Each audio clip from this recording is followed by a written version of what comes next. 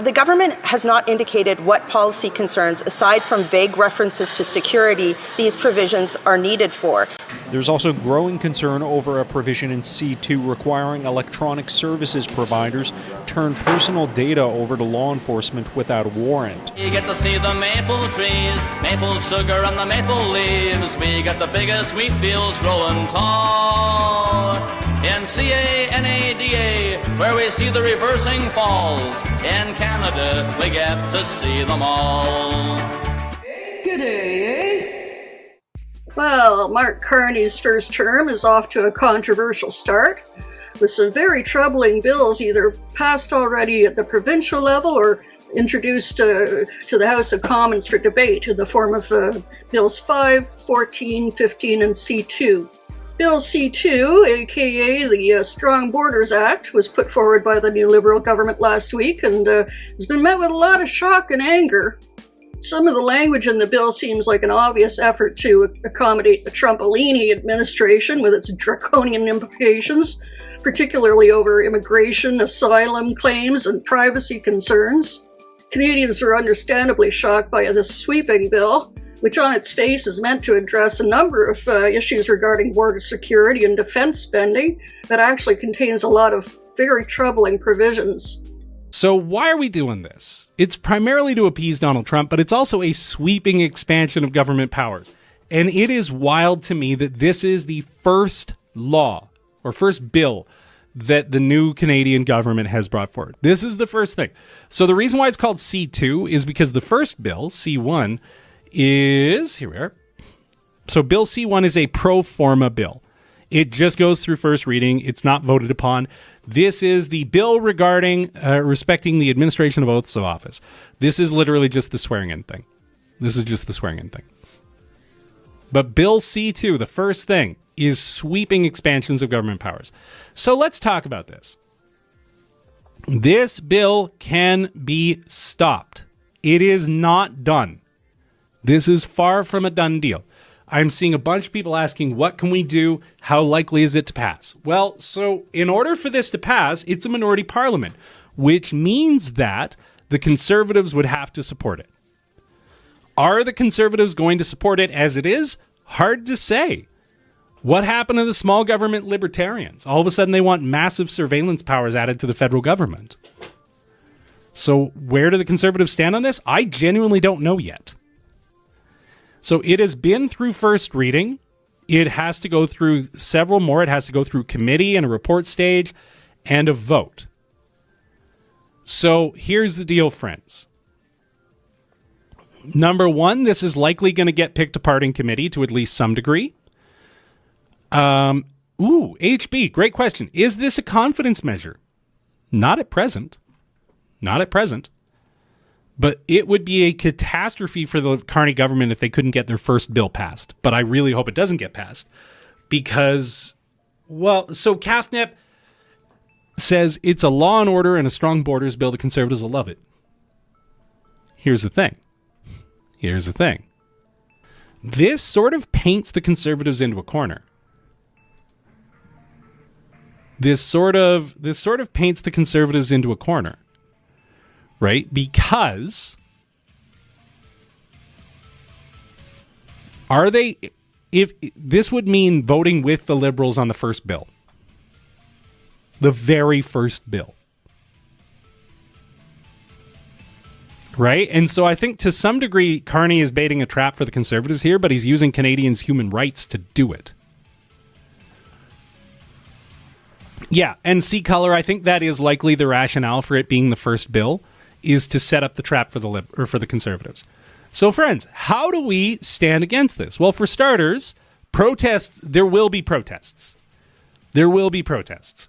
But for starters, call your MP, email your MP, send a very clear message, regardless of what party they are in, that you do not support Bill C-2 and you want Bill C-2 shut down freaking immediately. Public Safety Minister Gary Anandasangari, who introduced the sweeping 127-page bill, openly admitted on CBC News that it addresses irritants for the U.S., and while he didn't brief the U.S.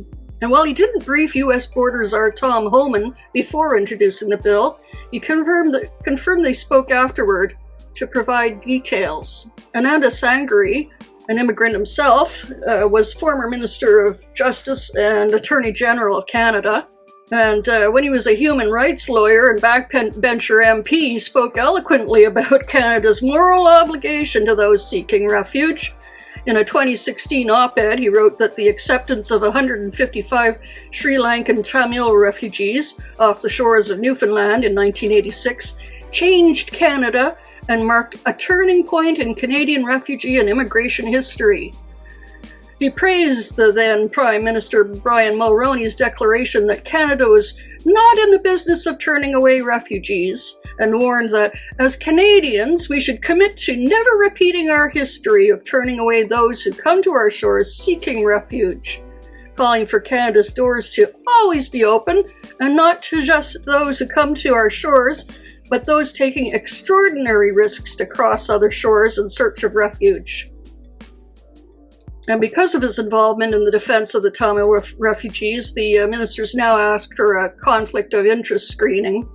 Prime Minister Mark Carney defended his choice of Public Safety Minister Friday. Minister Ananda Sangari has the highest standards of integrity. He's absolutely meticulous. His comments come after Global News reported Ananda Sangari asked public safety officials to implement a conflict of interest screen for any national security issues related to the Tamil community, which means he is not allowed to discuss or decide anything on that file. We have a rigorous vetting process, and he's taken the right decision in his judgment and in my judgment to make these arrangements. Ananda Sangari said the screen was implemented in an abundance of caution and to ensure that there is no perception of any conflict. Two sources told Global News that some senior Liberal staff were concerned about a perceived conflict of interest should the minister's past actions and statements come to light. Ananda Sangari came to Canada from Sri Lanka in 1983. Besides these alarming new rules on immigration, the bill would also give authorities more power to search online activity and broadens the authority of Canada Post to open mail without a warrant based on the suspicion of crime or a potential crime. As an extension of Trudeau's controversial Bill C-63, the Online Harms Act, which failed to pass the House in 2024, this version goes even further with its invasion of privacy and possibly unconstitutional surveillance powers. The Strong Borders Act. Now, this is incredible, and I'm sure you're aware of this because you are somebody who's up in this stuff. I got to put these damn glasses on because this is microscopic. But this bill is ostensibly about protecting the border and about bolstering border security. But you get down about 3/4 into the bill, and it says that the proposed law would give police more power, like they don't have enough already, to search mail while expanding the authority of Canada Post to open people's letters. When I first read that, I said, holy crap, it's bad enough the police opening my letters, but do I really want members of Cup W opening my letters? And even though I don't send many anymore, but hey, that's not just it. It's not just letters. It's the entire internet. And the bill would outlaw cash transactions greater than $10,000. Oh, I see. So therefore, but you can deposit $10,000 in the bank and you'll never see it again. And I was talking about this with Clayton and Natalie Morris yesterday on Redacted, and I mentioned that this bill was before the House of Commons, and everybody's trying to bury this. And Natalie Morris said to me, well, that's one of the reasons we left Portugal, because they introduced a similar bill, basically outlawing cash. And I believe this is not only the government, a means of government surveillance of the internet. That's the third point here. It's going to, they're allowed to survey your text messages, your email, everything, if they suspect you of money laundering, because, hey, I might be part of organized crime. So they're going to be checking into that. But this, I think, is the beginning of digital currency in Canada. I think that's what it comes down to. What do you think about all this, Spencer? I think you're bang on with that. I think it's definitely the beginning of digital currency. By the way, they also talk about pre-crime in this, which is in craziness, like through part 14, that they lower the evidentiary threshold. So if they believe you are going to commit a crime, similar to how they worded it in Bill C-63, then they can get from, with Form 1, I think it's called, from a justice of the peace or judge, they can get a warrant, so to speak, to access your personal data. And then you don't even have the right to be notified in many circumstances, either for a year or 3 years. So if they do, which they likely will, violate your charter rights, specifically 7, 8, or 2B, if they violate any of those rights, you don't get to have any recourse for them doing so for up to 3 years. Well, conservatives are caught between a rock and a hard place. If they vote for this bill, they'd have to side with the Liberals for their first big bill that they bring to the floor, even though it's one that appears tailor-made for their caucus. And if they vote against it, they'd be backtracking on their own long-held views about immigration and crime. Besides, they're tuckered out for voting against the spending bill. And Green Party leader Liz May has requested that the Omnibus bill be split. People, obviously, Canadians are looking to the government for a policy that addresses borders. There are a lot of details in this bill because it's an omnibus bill and changes 14 different laws. I'm particularly concerned about the sections that will make it impossible for people who might have had refugee status to apply for it now if they've been in Canada sometime for other legitimate purposes. This bill will need amendments before I can vote for it.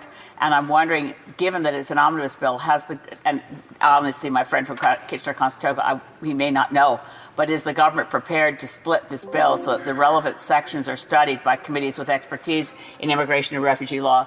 Others look at it from the Oceans Act perspective, etc. At the provincial level, other bills are being passed or rushed through at a rapid pace. Ontario passed Bill 5, also known as the Protect Ontario by Unleashing Our Economy Act, in the Conservative-led legislature, giving the provincial government new powers to override environmental rules, push through development despite opposition from First Nations and environmental groups. Bonnie Crombie from the Liberal Party of Ontario called Bill 5 one of the most dangerous pieces of legislation introduced by Doug Ford in the last 7 years. It gives Ford's cabinet sweeping powers to override provincial and municipal laws in so-called special economic zones, effectively stripping away environmental protections, bypassing local decision-making, ignoring the duty to consult Indigenous communities wherever they choose. Ha! Well, what a surprise! At stake are clean water and air. The bill weakens endangered species protections and puts sensitive ecosystems at risk. Democracy accountability that lets ministers suspend rules without oversight or transparency. And Indigenous rights, it disregards constitutionally protected consultation and partnership. Ford wasn't even in the chamber when the bill passed. He was on a call to a Republican congressman. Anishinaabe Nation Grand Chief Alvin Fiddler called the premier a coward. This fight is not over, he said, but we'll meet you on the ground. He did not even have the guts to show up for the vote. From now on, Fiddler said, Anishinaabe Nation will not take him or his government seriously, nor will they engage with Indigenous Affairs Minister Greg Rickford, who Fiddler called on to resign. He is supposed to be representing Indigenous affairs in our nation, but he failed at every turn, and we will not work with him, Fiddler said. We will not engage with them at all moving forward. The Premier wouldn't say if he would use the notwithstanding clause to save the bill if it ends up being challenged and found unconstitutional in court, just that he'd cross that bridge when he comes to it.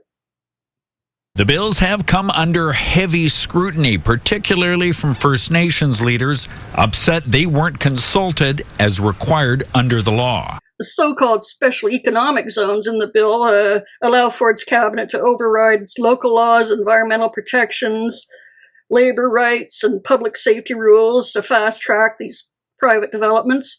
It's a blatant disrespect of Indigenous rights and eliminates the requirements to consult with the Indigenous communities before allowing a development to proceed, putting sacred sites, cultural heritage, and land stewardship at risk.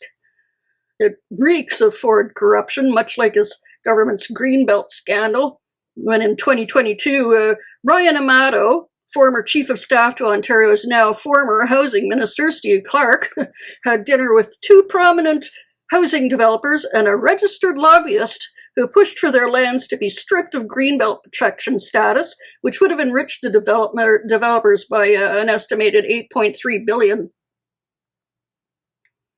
Ontario Auditor General Bonnie Lysyk found that how the land sites were selected was not transparent, fair, objective, or fully informed.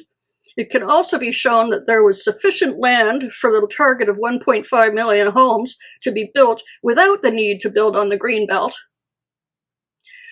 Other recent projects attacking Ontario's environment are Ontario Place and Highway 413 tunnel under the 401.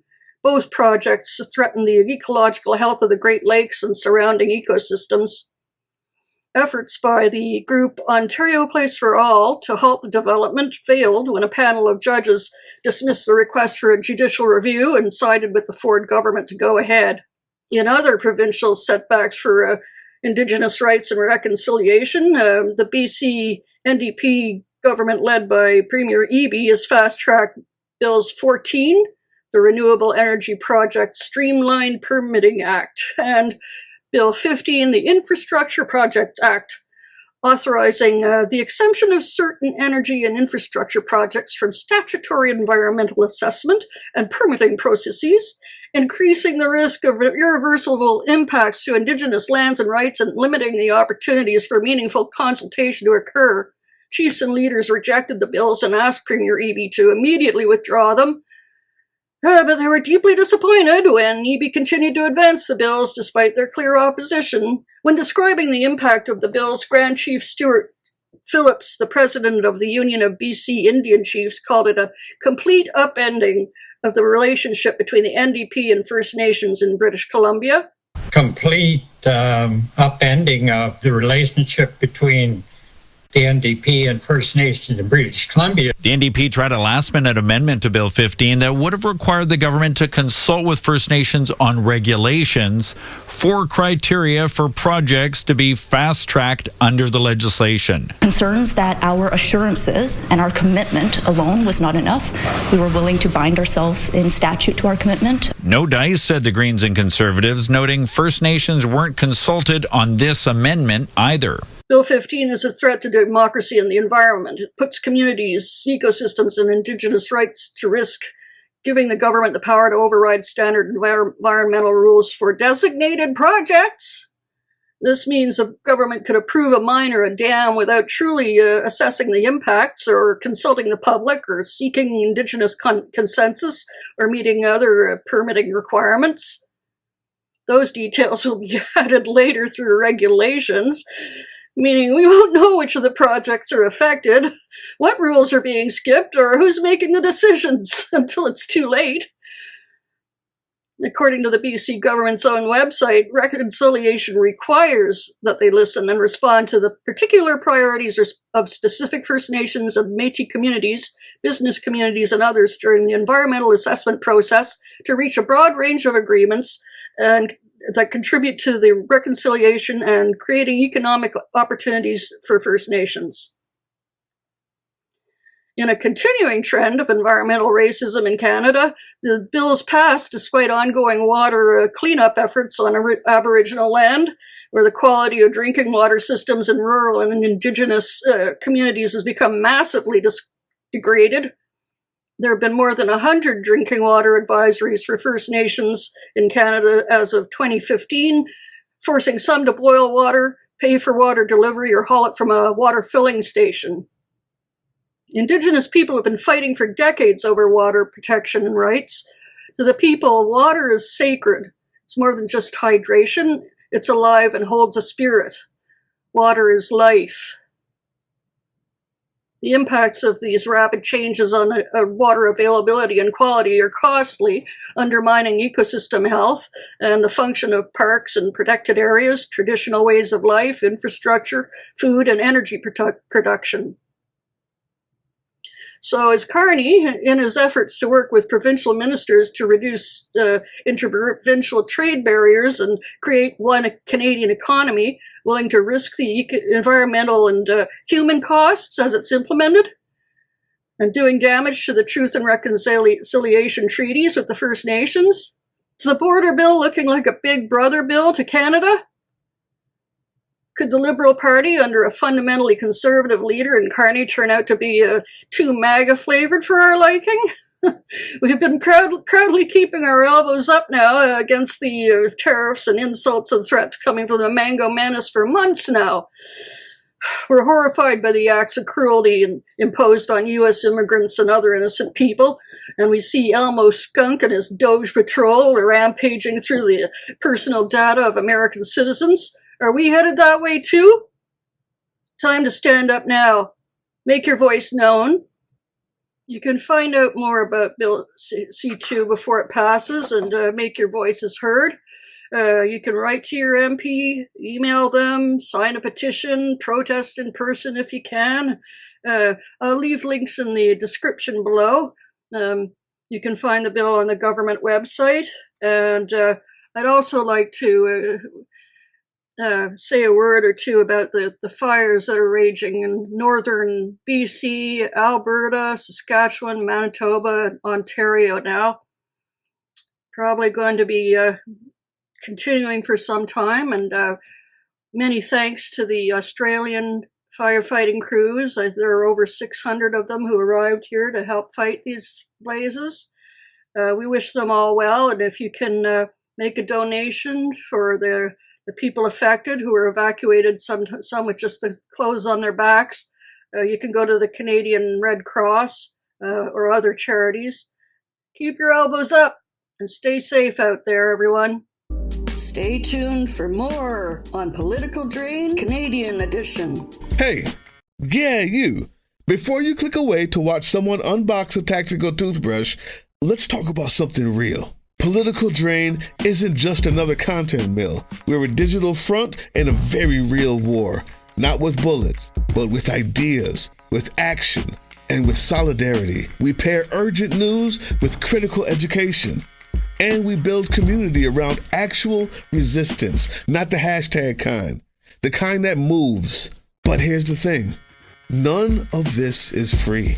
It isn't. Behind every video is time, labor, research, and some weird guy asking if we're going to pay the hosting bill. And yeah, some of that money goes to things we can't necessarily say out loud. If you know, you know. Let's just say our special ops aren't Call of Duty LARPers. They're people making real moves to protect, uplift, and organize. You're not just funding a channel. You're funding a resistance network in a world where capital still calls the shots. Unfortunately, in a system built on artificial scarcity, even mutual aid has a price tag. And if we want to grow, if we want to win, we need your help. We need your help. So if you've got even a few bucks to spare, toss it our way. It's not for ads. It's not for merch drops, but for people making moves in the shadows so others can do it in the light. It's just us and you. So fund the mission, fund the fight, fund the future, because nobody's coming to save us. We save each other. That's how this works. Follow us on all these things you see here, and our link tree is in the description. Maybe even get some merch.